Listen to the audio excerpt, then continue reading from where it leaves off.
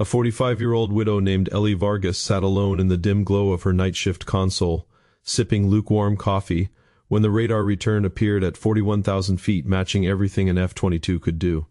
Except no F-22 was supposed to be there. Ellie had spent the last 12 years checking radios, updating logs, and nodding politely while younger officers called her ma'am, the way you speak to someone's reliable aunt.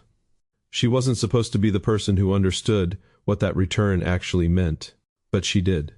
And in the next 11 minutes, that understanding would decide whether two pilots came home alive or not. Before we go further, drop a comment below.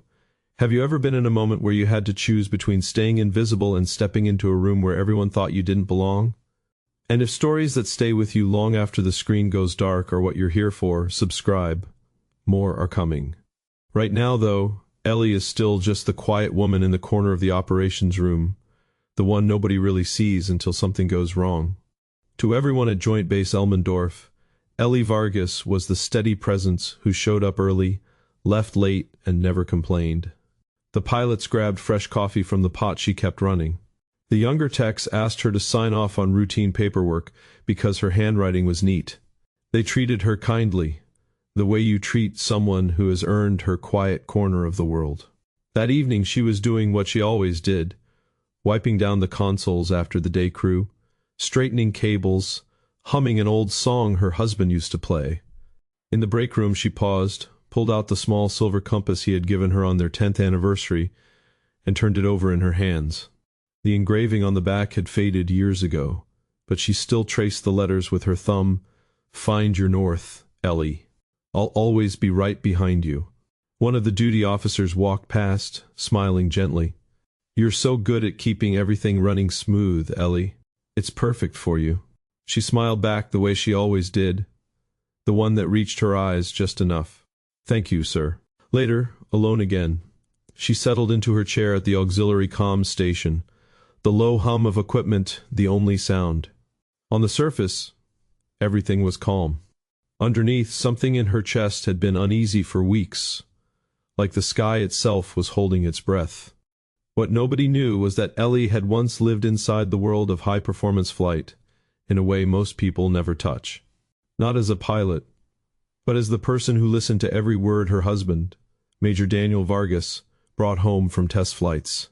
And later, when grief threatened to swallow her, an old instructor named Colonel Reyes refused to let her disappear. She remembered the cold mornings on the flight line, Reyes handing her a headset while Daniel was still alive. The smell of jet fuel and frost.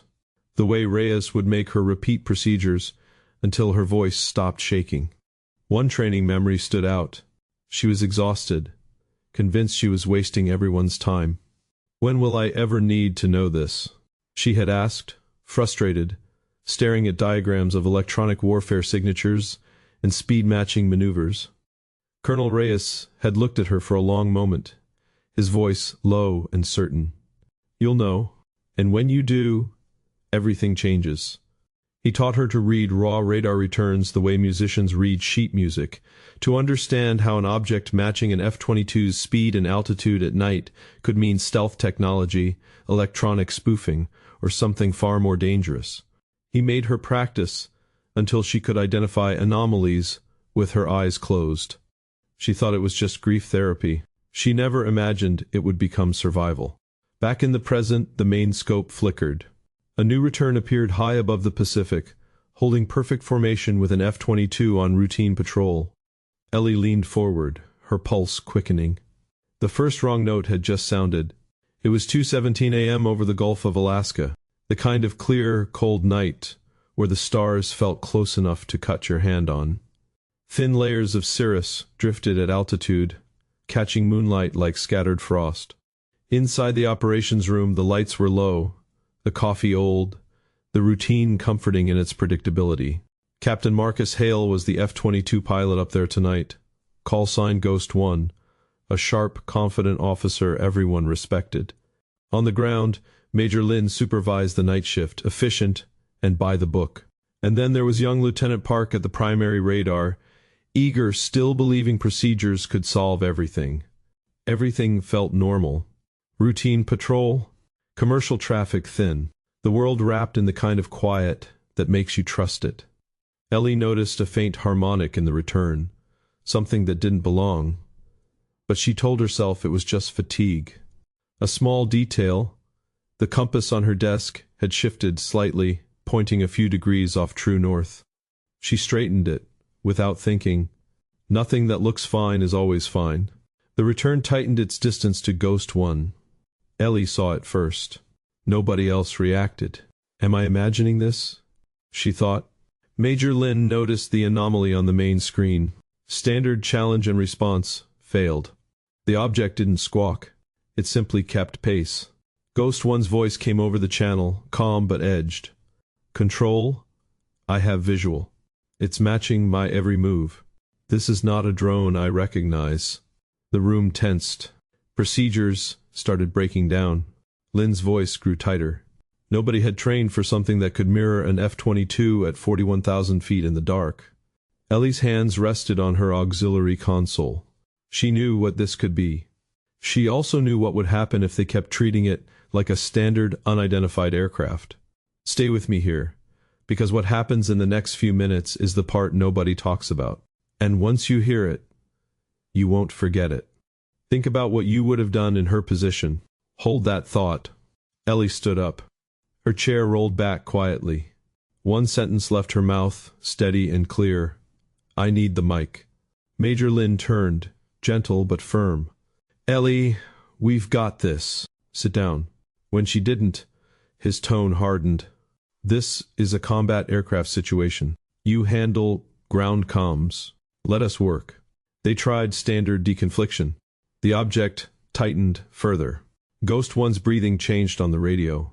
Ellie leaned in. Ghost One, this is Vargas on auxiliary. Check your left wing route for infrared bloom. It's spoofing your radar cross-section using a side lobe. I've seen the signature before. Silence. Then, skepticism. She didn't wait. She reached over, adjusted the frequency on the secondary set with practiced fingers, and asked a question only someone who had spent years inside classified briefings would know. Is your RWR showing a PRF stagger at 9.4 gigahertz? The room went still. Major Lin stared at her. Ghost One's voice came back, surprised. Affirmative. That was the moment. Lin made the call. Vargas, you have the channel. The compass sat on the desk beside her. For the first time in years it felt warm in her palm when she brushed it. Daniel's voice in her memory. Find your north. She thought of her son sleeping back in base housing and spoke clearly into the mic. Ellie's hands shook as she keyed the mic, but her breath stayed controlled, the way Reyes had taught her. The instrument said one thing. Her body remembered another. Ghost One, this is Vargas. I need you to do something that's going to feel wrong. Descend 2,000 feet and reduce speed to 280 knots. Trust me. Daniel's voice arrived in her head. Exact words from a night years ago. When the sky lies to you, you listen with your hands and your gut. She assessed out loud, voice steady for the pilot's sake. We have 18 minutes of viable fuel window on your side. The object is using your own signature against you. We break the mirror by changing the reflection. Step by step she guided him. Each instruction had a reason. Each observation carried weight. Now bank right, shallow, watch your six. She heard the Allies' voice, Ghost One, shift from professional distance to quiet belief. The skeptic, Major Lin, stopped talking entirely and just listened. Mid-execution, the crisis inside the crisis, the object suddenly mirrored the descent perfectly and began emitting a false terrain warning into Ghost One's system. Not in any manual. Not in any simulation. Ellie's throat went dry. She closed her eyes for half a second and remembered her son's laugh. Human, not technical. Marcus, she said, using his first name for the first time, ignore the terrain. It's lying. Look out your canopy. What do you see? A pause, then his voice, softer. Stars. Just stars. In that moment, high above the dark ocean, two afraid people shared 3 seconds of pure tenderness across the radio. I've got a kid too, Ghost One said quietly. Tell me we're bringing him his dad home. We are, Ellie answered, and meant it with everything she had. The final approach was the slowest part. Every second stretched. She talked him through the exact frequency adjustment, the precise heading that would force the object to reveal itself. The prophetic line returned in her mind and she spoke it aloud without thinking. You'll know. And when you do, everything changes. Maximum doubt hit when the object closed to visual range. Ghost One's voice cracked just slightly. Ellie's own legs felt weak under the desk. Then resolution. Imperfect. Real. The object broke lock and veered away, revealed as an advanced unmanned system that had been testing boundaries. Ghost One's F-22 shuddered once as it passed through the wake, a warning light flickering before settling. Not a triumph. A survival. The channel fell silent. For 10 full seconds, nobody spoke, just breathing and the quiet roar of the ocean far below. Ellie's hands started shaking violently the moment she released the mic. Her legs nearly gave out. She had the sudden, ridiculous urge to both laugh and cry at the same time. Instead, she just stood there, breathing like she had run 10 miles. Ghost One spoke first, voice rough with relief. Vargas, Ellie, I don't know how you knew. But, thank you. Major Lin didn't say much. He simply met her eyes across the room and gave one slow nod, the kind that carries years of recalibration in it. The younger lieutenant stared like he was seeing her for the first time. Later, 2 ground crew who had been listening on the backup channel found her and shook her hand without speaking, one of them wiping his eyes quickly. Colonel Reyes flew in the next morning. They met on the same stretch of flight line where the training had happened years ago. No big speeches. He just put a hand on her shoulder. She covered it with her own. They stood there watching the sky together, 2 people who understood what it cost to be ready for a moment you hoped would never come. The compass was in her pocket. She took it out. The needle pointed true north now, steady and clear. Its meaning had changed completely. It wasn't just memory anymore. It was proof she had found her way back to herself. For one quiet moment before the world arrived with questions and paperwork and cameras, Ellie stood alone on the tarmac, wind pulling at her jacket, feeling the full weight of being seen. Weeks later, life at the base had mostly returned to normal. Pilots still grabbed coffee. Techs still asked her to sign paperwork. But the way they looked at her had changed.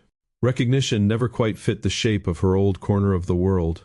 She met Colonel Reyes again, on that same stretch of cold flight line. The sky was the same color it had been on training mornings. He looked at her for a long moment. Was the knowledge already inside you, Ellie? Or did the moment reach in and pull it out? She turned the compass over in her hands. I think it was both. And maybe that's the only way it ever works. The question stays with you too. When the moment comes that asks everything of you, are you ready because of who you already were? Or does the moment itself make you into the person who can answer? Leave your answer below. I genuinely read every comment. If this story moved you, I have more where this came from. Subscribe so you don't miss the next one.